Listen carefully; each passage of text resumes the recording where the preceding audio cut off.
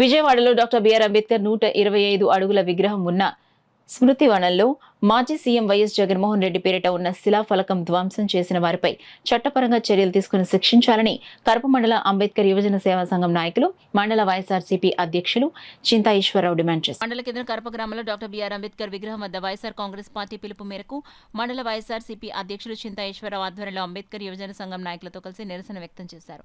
ఈ కార్యక్రమంలో మాజీ ఎంపీటీసీ పెంకే సత్యబాబు, మాజీ సర్పంచ్ మారెళ్ల వెంకటరమణ, వింత సురేష్, వజ్రపు కామేశ్వరరావు, సిద్దు, రాంబాబు, రవిచంద్ర, ఏడుకొండలు తదితరులు పాల్గొన్నారు.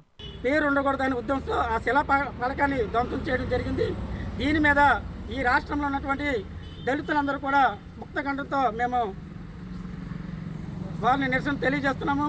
మరి అంబేద్కర్ ఆయన మరి ప్రపంచ మేధావి, ఆయన భారత జాతీయ సాంఘిక ఉద్యమ చరిత్రలో మరి ఆయన మంచి విశిష్టమైన స్థానం పొందిన కరుణాజ్యోతి. ఆయన చేసిన అద్భుతమైన కృషి ఫలితంగానే ఈనాడు హరిజన జాతి అభివృద్ధి చెందడానికి కారణం మనం గర్వంగా చెప్పాలి. అంబేద్కర్ ఒక దళితులకే కాదు, సాంఘికంగాను ఆర్థికంగాను అసమర్థులైన అన్ని జాతుల మీద కూడా అభిమానం ఉన్న వ్యక్తి. మరి అటువంటి అంబేద్కర్ యొక్క మరి శిలాఫలకాన్ని ధ్వంసం చేయడం అనేది చాలా విచారించవలసిన విషయము. మరి దీని మీద మరి ప్రస్తుత ముఖ్యమంత్రి గారు దాని మీద కమిటీ వేసి విచారణ జరిపి ఎవరైతే దోషులు ఉన్నారో వాళ్ళందరినీ కూడా శిక్షించాలని తెలియజేస్తూ మరి ఈ కరప తరపున మా దళిత సంఘాలు మా అందరి తరపున మేము చిన్న నిరసన తెలియజేస్తున్నాము. ప్రచారం చేసుకుంటూ అధికారంలో వచ్చిన ఈ కూటమి ప్రభుత్వం కూడా ఇటువంటి చర్యలు కరెక్ట్ కాదని మా యొక్క అభిప్రాయం. మరి ఇటువంటి చర్యలు మానుకొని ఏమైతే చేశారో పైకి చెప్పి మాటలు ఒకటి లోపల చేసే ఒకటి విధంగా ఉన్నాయి ముఖ్యమంత్రి గారు. మరి మేము ధ్వంసం చెయ్యం, అన్నీ కూడా అభివృద్ధి చేస్తామని చెప్తున్నారు.